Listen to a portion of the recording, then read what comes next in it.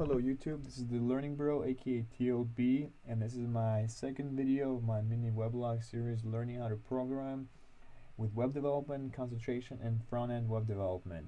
In this video I'm going to be talking about Python and the resource I have used to help me learn Python, and just in general a really great resource to learn programming if you're starting out from scratch. The thing I've been using is called Learn Python the Hard Way. I find this website and this exercise list is very great because it breaks down the core concept of programming into its individual brackets, so you're not bombarded with a chunk of new knowledge if you've never experienced with.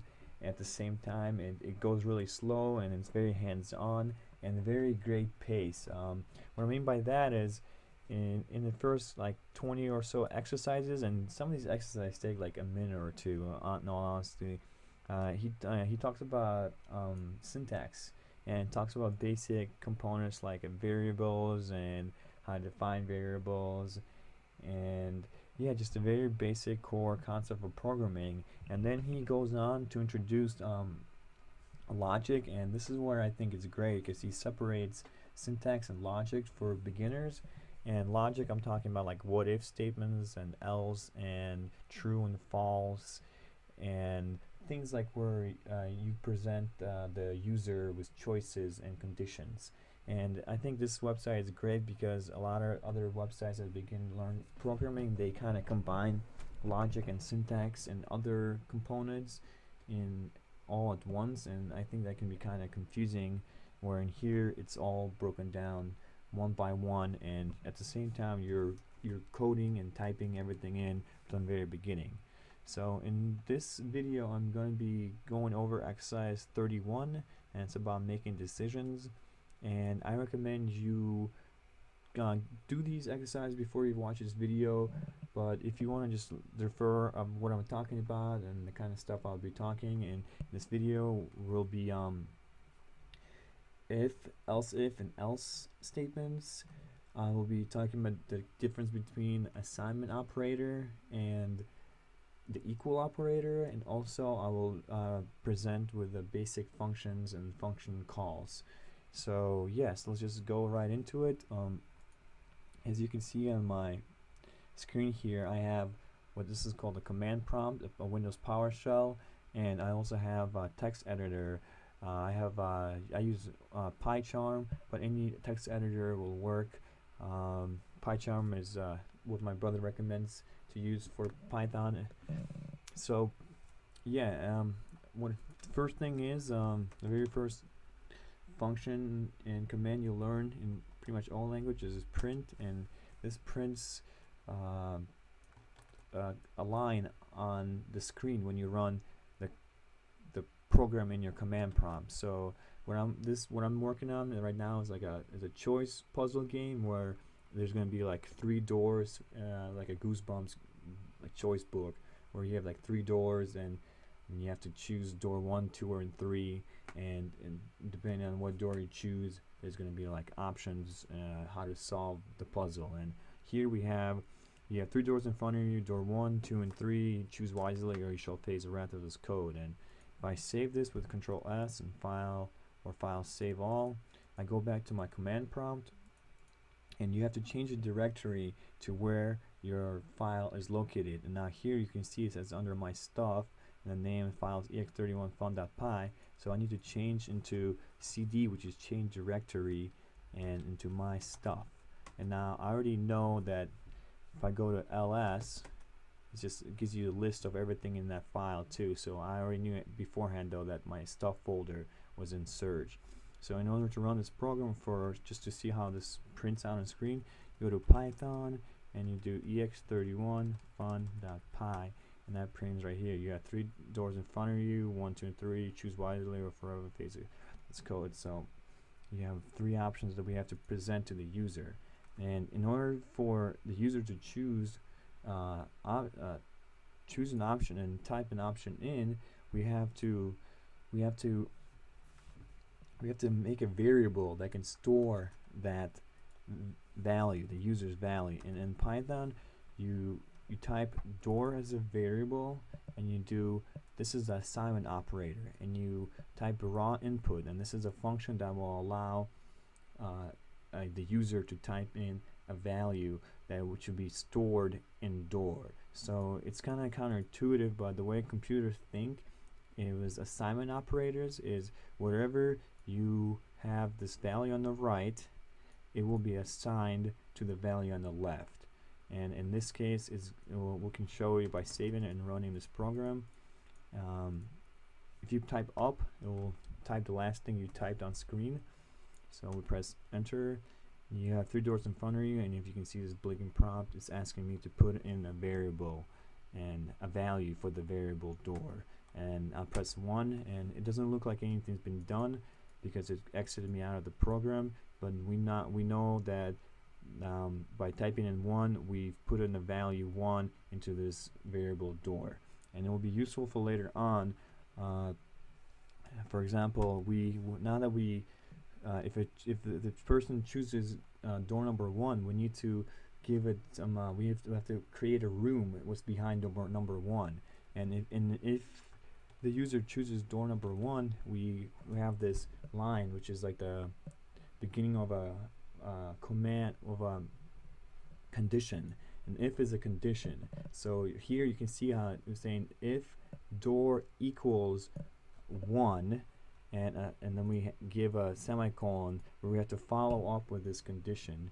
And you can see how the difference is right here. This is the 2 equal sign in language in coding is called the equal operator. So you're saying if door equals 1, but in here when we assign a variable and give it a value, we're saying that door is assigned to raw input. So it's a little tricky. You might think it's the same thing, but this is a syntax I'm talking about, and you have to kind of understand that if in this if statement you're saying that if door equals 1, but right here you're assigning it to door. You're assigning the value to door. So if door equals 1, you have to give it some options. What if door equals 1? So in this case, we're going to print, you walk in the room with a sleeping bear.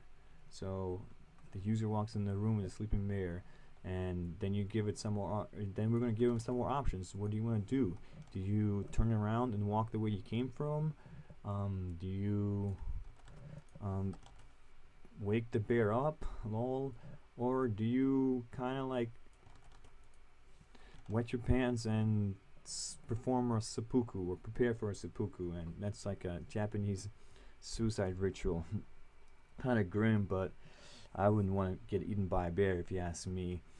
So yeah, now we do the same thing as before. We have to ask the user what option does he want to choose. So in this case, we create a new variable called door1, and this is a variable that's going to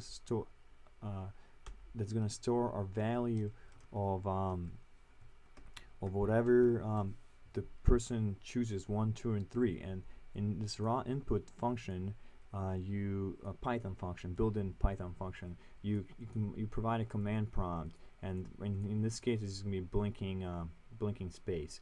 So that's what it means. And if door raw input equals so if let's say if door1, our new variable, is equal to 1, like let's say if you chose turn around and walk the way you came from, we're gonna print, sorry mate, the door is locked because you walked in, and so the door is locked now.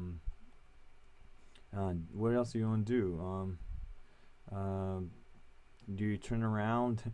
We're just gonna say the same thing. Do you turn around, come back the way you came from, or do you wake up the bear? So I'm just gonna repeat the options, so like as before. And in here we're gonna do another statement, another input statement for door1, and we're gonna use the same one in this case because it doesn't really matter. You can make a new one if you want, but I don't mind because since it's the same option, I'm just gonna leave it like that. And here, notice how when you assign a variable, a value to a variable, you don't need to have semicolons, because this is like a standalone statement. Like this right here is you're just assigning this to that. But if you make a condition, you need to include semicolon, because you need to follow up that semicolon with as a condition. And let's say if he chooses 1 again to turn around and come back the way he came from, he's pretty much gonna turn around, face the door, and turn around again and come back where he came from. He's gonna face the bear. So he's gonna do like a 360, and we're gonna say, just like the confusing thing, you turn around and stumble into the bear, waking him up, and he eats you, and game over. Like this is gonna be like a simple game over route. So we can like end this, and if you choose this option, like 1 and 1 and then 1, is gonna the game's gonna game over. And we can show it really quickly by pressing save. If I run this program again, let's go click 1. It's gonna say you walk into the room with a sleeping bear. So this is you have like door 1, you choose door 1, you walk in the room with a sleeping bear, and then it's gonna say, do you turn around and walk this way you came from?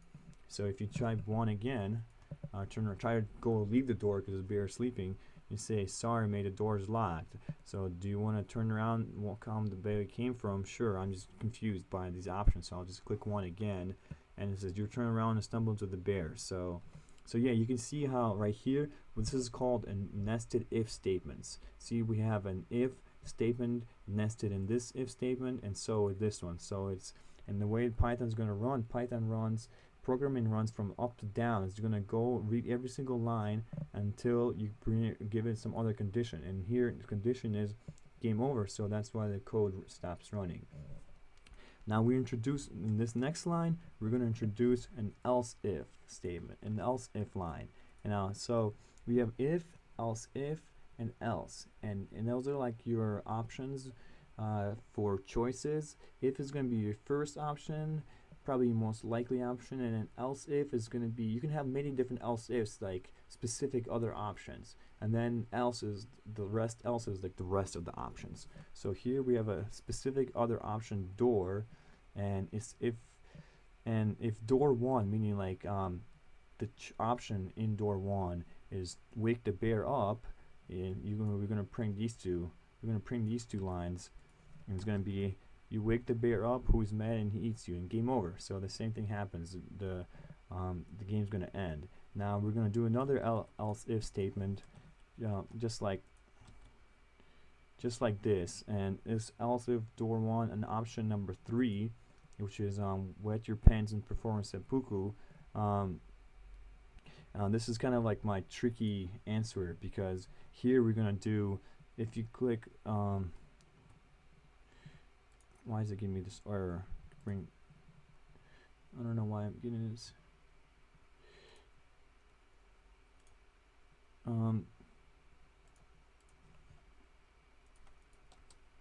So yeah, and now we have else if door option number 3 saying we wet your pants and prepare for seppuku. And if he chooses that, what's going to happen is going to print, you pull out your blade, but then you realize, oh snap, you have a blade. And then he's going to do you, and then it creates 2 more options under this else if statement. And that way, since you presented 2 more options, you need to ask the user for another input, and either you want to choose option 1 or option 2. And if you want to choose option 2 because you're afraid to face a bear with a sword,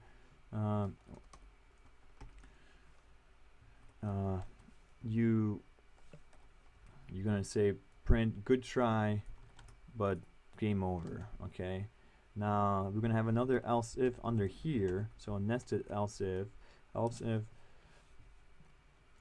door 1 option number 1 is equal to 2, print congratulations, you defeated the bear and you complete level 6. So here you can see that I'm using the same variable door 1, and if I want to be smart, I would probably change this to another variable for every input. But the thing is, the code runs up and down, and if you're gonna put another value in for door 1, it's gonna override it. So I'm not really worried about this simple program about I just choose the same variable because I know it's not gonna affect anything in this program. Okay, so we have this else if, nested else if statement in here, but we also need to provide, we have to go back up a little bit, and we have to go back to the original our original if statement, and we have to include an else. So just in case, if he chooses like if he chooses door number 1, we need to provide an else statement for this door number 1. Let's see, he chooses door number 1 and it says, you walk in the room with a sleeping bear. The option, but if you do something else in this room number 1, you need to include an else statement that kind of nullifies all the other choices or prevents the user from using other choices. And so it's saying, you did not follow instructions, the bear wakes up and eats you. And yeah, because you're in room number 1 and you didn't follow the instructions, and by pressing the wrong choice, you kind of game over. So you should follow instructions. So yeah, now we jump back to the original if statement, and we have to provide else if choices for door number 2 and door number 3. And by doing that, I don't want to provide a whole different type of option, so I'm just going to be quick. I'm going to say else if door number 2, if you choose door number 2, door 2 is locked, try another door. And same thing with door number 3. If you choose door number 3, I don't want to choose the options. It's just going to say, I'm sorry, door 3 locked, choose another door. And then since we have this else if, we also need to provide an else statement just in case the user doesn't put in 1, 2, or 3. We need to like say like you did not pick a door option, please try again. I'm sorry about that.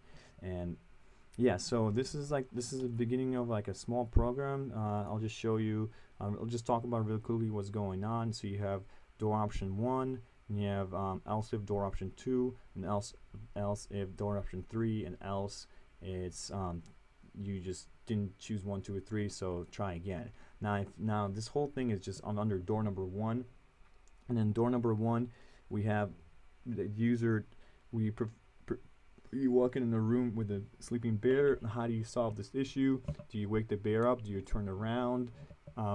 Or well, at first is you turn around. Well, if you turn around, you just kind of go back to your beginning case and in that door. And if door number 2, he eats you, and if you pick 3, we have another nested case. And if you choose 2, and then congratulations.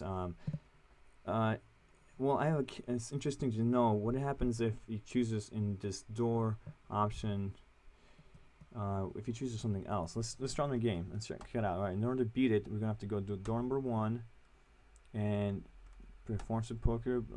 You pull out the blade, but then you realize you have a blade. Do you perform a flying downward sword thrust of doom? Congratulations, you completed level 6. Alright, let's try this again. Door number 1, you perform seppuku. What if I click 3 here? If I click 3 here, it kind of just quits the program for me. So I need to include an else statement here. See, in here we also have to include an else statement, like saying else print we're going to the same thing. You didn't pick a valid option, so the bear wakes up and eats you. Alright, and then we're going to do the same thing. Now print another statement, print game over. Alright, so let's try that out again. Control S is to save. We run the program. 1, 3, and if I put 3, see, it jumps to the else statement, and this is what we wanted. So we want kind of nested else excuse. And in here too, every single if, you need to, if you have choices, you need to have an if, else if for other choices, and else for default like choice if this user didn't provide the choice that you want him to provide. So and we have I'll give you an example of another if you choose, for example, if I go to, if I choose wisely or Chevere, like if I choose choice 4, it's gonna jump to the you did not pick the option and try again. So, and it's pretty important. The if, else if, and else is a very useful trick in programming. Definitely one of the first ones you'll learn right away. Okay, now here I have my program is pretty much done. It looks great, but the thing is, if I run it and I choose door number 2, see how it says door 2 is locked, try another door, and it kind of ends the program for me. It ends the program. It doesn't give me another option to choose another door unless I retype it again. So in a way to go around it, a way I can, if I do 2, try another door, the way I can go around it is I can introduce functions. And if I make this door input into a function, I can call the function later, so it will run that same function every time I provide the door locked. So I'll show you what I mean by that. So in Python, in order to create functions, you have to define them, and to define functions you type define doors, and then you have to do close parenthesis mark. In this case, the close parenthesis mark means there's no arguments that I provide for this function, but for this is like, you don't have to worry about that now. And when I do that, I have to also put a semicolon, and I have to indent this over.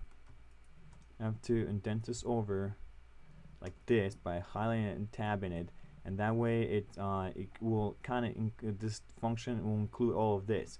Now the reason why I did that is because when I go underneath here, I can call the function, and by calling the function, all you have to do is just type doors and like that, and this is the function call. It's a very important concept. When you have functions, you define them, and then you call them. And when this code's gonna run, what's gonna happen is it's gonna print this thing right here. It's gonna skip all of this, and then it's gonna go here and say, oh, doors, call the function doors, and it's gonna call this, and then this function doors, and which is defined here, and it's gonna run all of this. Now the reason why I did this, because I can include this function right here in these other cases. For example, if a guy picks door number 2, I can include doors. So, and if you click door number 3, I can include doors here like this too. And else, you didn't pick the right option, please try again. You can do doors like that. So what happens is, instead of when I run 2 and it quits the program, it's the door 2 is gonna say try another door, and it's gonna go back, and it's gonna call the function doors, which is right here. It's gonna start over again. It's gonna start over again and give me this option right here where you have to put raw input 1 and choose the right door. So it's really cool. So watch this. If I run the program now after defining and calling the function a few times, if I choose door number 3, it says door 3 is locked, try another door, and you can see how this is blinking, meaning that it's actually it's asking me for this raw input right here, this very first raw input. So, and if I pick 20, oh shoot, if I type in like all this crazy stuff, it says, oh, you didn't pick the door option, please try again. So the exact same thing here. So this is called function recursion. You're using a function within itself. So it's a kind of cool concept, but apparently recursion, you don't really use it a lot so much in the future. But let's go over run this program. Let's run this program again. We run this, and we want to beat the game. I now know how to beat it. So door number 1 is the only viable option because everything else is locked. And then you